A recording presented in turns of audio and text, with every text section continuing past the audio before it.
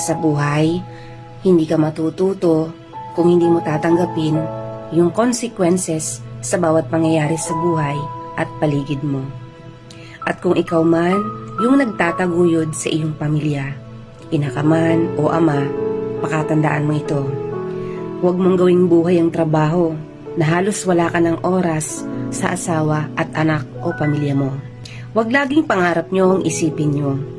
Tanungin at respetuhin nyo rin ang partner nyo. Kasi gusto rin nilang sumabay sa lipad nyo. At para sa mga ama ng tahanan, pakatandaan nyo ito. Ang mga babae, hindi basta asawa lang o housewife lang na akala nyo taga-asikaso, taga-alaga, tagahain ang gusto nyo habang buhay. May mga pangarap din sila. At syempre tulad mo, napapagod din sila, physical at emotional. Huwag laging pairalin o unahin yung galit kasi marami tayong nagagawa na maling desisyon na hindi na pwedeng ibalik, lalo kung buhay yung kapalit. Nasa huli ang pagsisisi at makikita nyo lang ang halaga ng isang tao kapag wala na ito.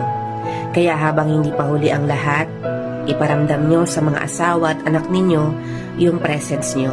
Dahil ang buhay natin, iisa lang yan. At hindi na kaya pang palitan kapag binawi na ng nasa itaas.